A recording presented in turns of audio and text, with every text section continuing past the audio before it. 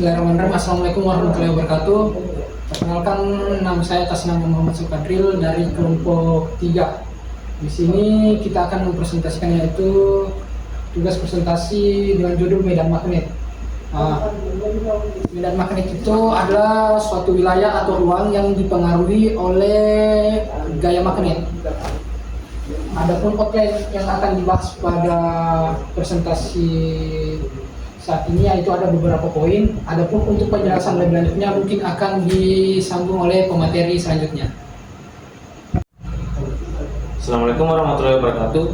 Saya atas nama Safriansa dengan NIM 2025-13-053 dari kelompok 3 akan memaparkan beberapa materi yang akan dijelaskan pada medan magnet, yaitu 1. Konsep dasar dan komponen medan magnet.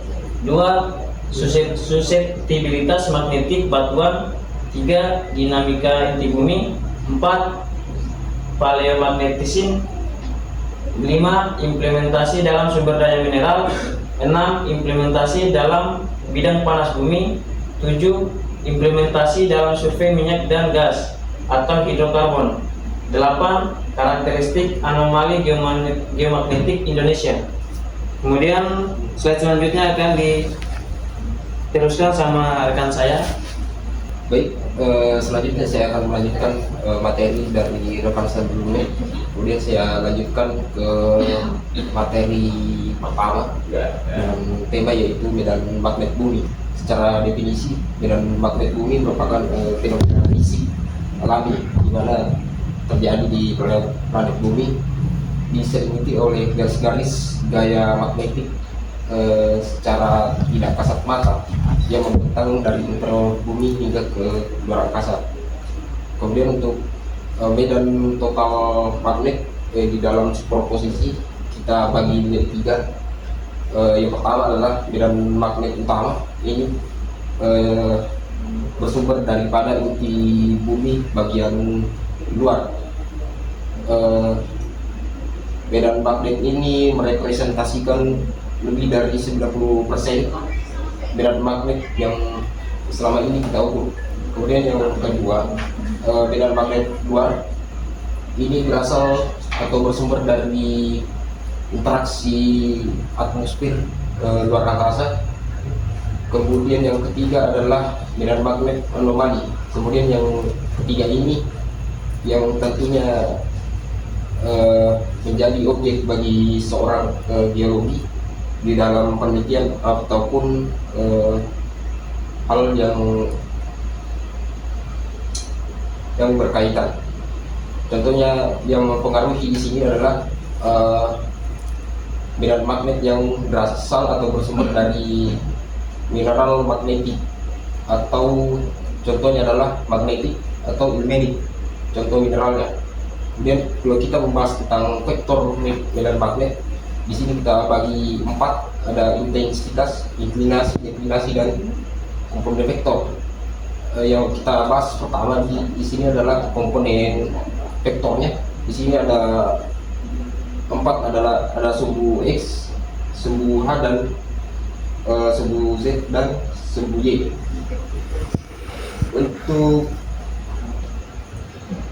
Kemudian kalau komponen keempat ini digabungkan, itu akan membentuk namanya adalah intensitas total atau kekuatan total medan magnet di suatu titik, atau di garis ini digambarkan dengan garis F yang berwarna biru yang disebut dengan geomagnetic field. Kemudian yang ketiga adalah deklinasi. Deklinasi ini adalah sudut yang dibentuk antara utara geografis dengan utara magnetik. Jadi misalnya arah utara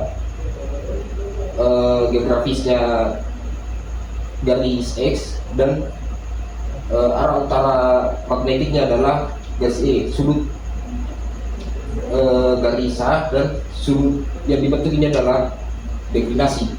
Sementara untuk inklinasi adalah sumbu atau sudut kemiringan yang maksimal adalah 90 derajat, atau disimbolkan dengan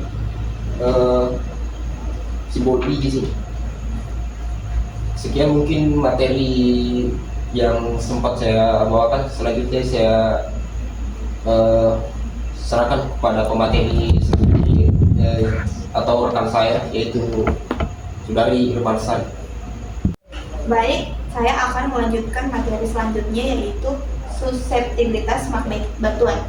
Dan di mana suseptibilitas magnetik X merupakan parameter untuk mempresentasikan tingkat kemudahan atau derajat suatu batuan untuk termagnetisasi oleh medan magnet luar.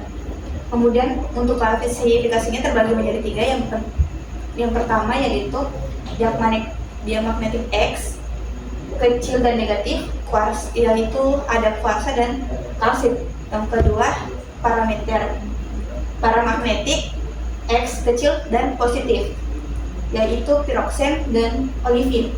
Ketiga yaitu ferromagnetik atau ferimagnetik, yaitu positif, X sangat besar, magnetik, hematit penyebab utama anomali magnetik. Kemudian ini gambar di samping merupakan tabel klasifikasinya. Mungkin itu saja. Oke, lanjut yang ketiga yaitu dinamika inti bumi, di mana yaitu dinamika inti bumi itu lokasinya ada di inti bumi. Pertama itu ada konveksi fluida, yaitu konduktif akibat perbedaan temperatur. Yang kedua itu ada efek Coriolis atau rotasi bumi, di mana dia itu adalah menciptakan aliran fluida berpola Hertz spiral. Dan ketiga itu ada pergerakan muatan, yaitu ini seperti bisa dilihat, yaitu adalah listrik secara kontinu menginduksi medan magnet utama bumi. Baik, saya akan melanjutkan materi dari materi sebelumnya, di mana di sini yaitu geomagnetik dalam sumber daya mineral, di mana dia menggunakan metode inversi data magnetik tiga dimensi yang digabungkan dengan data lubang bor, di mana interpretasinya itu yang pertama anomali tinggi menandakan akumulasi magnetik, intrusi batuan beku, zona mineralisasi, porfiri emas dan tembaga. Yang kedua yaitu anomali rendah menandakan alterasi hidrotermal lanjut yang menghancurkan mineral magnetic distribution, yang itu dimana manfaatnya itu untuk menemukan untuk penentuan batas akhir tambang, ultimate heat limit, dan arah sebaran biji ore.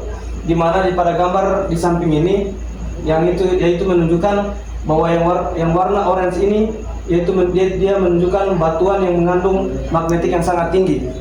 Dan pada diagram ini di mana dia menunjukkan warna merah dengan warna kuning menunjukkan tingkat kemagnetan yang sangat tinggi, dengan hijau dengan tingkat kemagnetan yang sedang, dan warna biru yaitu menunjukkan kemagnetan yang sangat rendah.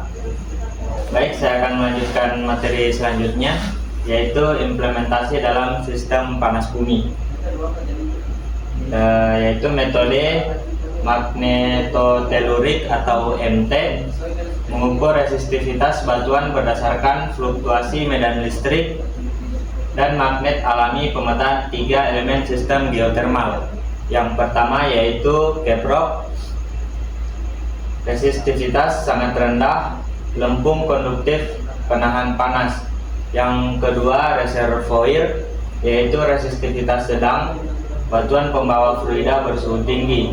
Yang ketiga heat source, yaitu sumber panas, resistivitas sangat tinggi seperti intrusi magma. Manfaatnya itu untuk menentukan titik sumur eksplorasi geotermal yang akurat. Kemudian ini adalah gambar analisis. Kemudian ini adalah metode penelitiannya yang dimulai dari studi area, kemudian ke MT data acquisition, kemudian MT data processing, dan ke interpretation, kemudian conclusion. Baik, saya akan melanjutkan materi selanjutnya yang dimana implementasi dalam survei minyak dan gas, yaitu hidrokarbon, di mana survei geomagnetik hidrokarbon, di mana metodenya adalah aeromagnetic survey atau survei udara. Kemudian prinsipnya adalah deteksi microseepage, yaitu rembesan mikro-hidrokarbon, di mana rembesan gas atau minyak ke permukaan menciptakan lingkungan reduktif. Kemudian lingkungan reduktif mengubah mineral oksida besi menjadi pada permukaan menghasilkan lingkungan reduktif. Yang dimana lingkungan reduktif mengubah mineral oksida besi menjadi mineral magnetik sekunder, magnetik altigenik. Contohnya seperti ini, altigenik magnetik mineral. Dan kemudian menjadi indikasi adanya anomali magnetik lokal yang dangkal yang dapat menjadi indikator langsung direct hidrokarbon indikator di atas struktur terperangkap minyak. Sekian. Baik, selanjutnya saya akan melanjutkan materi yang dimana karakteristik anomali regional Indonesia, yang dimana terdapat data rentang anomali yang dari 74 NT hingga plus 49 NT, yang dimana pola anomali berdasarkan tektonik terbagi menjadi dua. Yang pertama itu positif kuat plus 14 sampai dengan plus 49, berasosiasi dengan busur magnetik, dan kompleks oviolit yang kaya magnetik. Yang kedua, negatif atau rendah dari 74 sampai dengan 11 NT, berasosiasi dengan cekungan sedimen tebal dan zona demagnetisasi termal. Selanjutnya, diskontinuitas struktur, yang dimana terindikasi melalui pola garis kontur rapat merefleksikan sesar regional, yang dimana gambar di samping terdapat sesar Sumatera, sesar Sorong, dan Palu. Kemudian kita lanjut di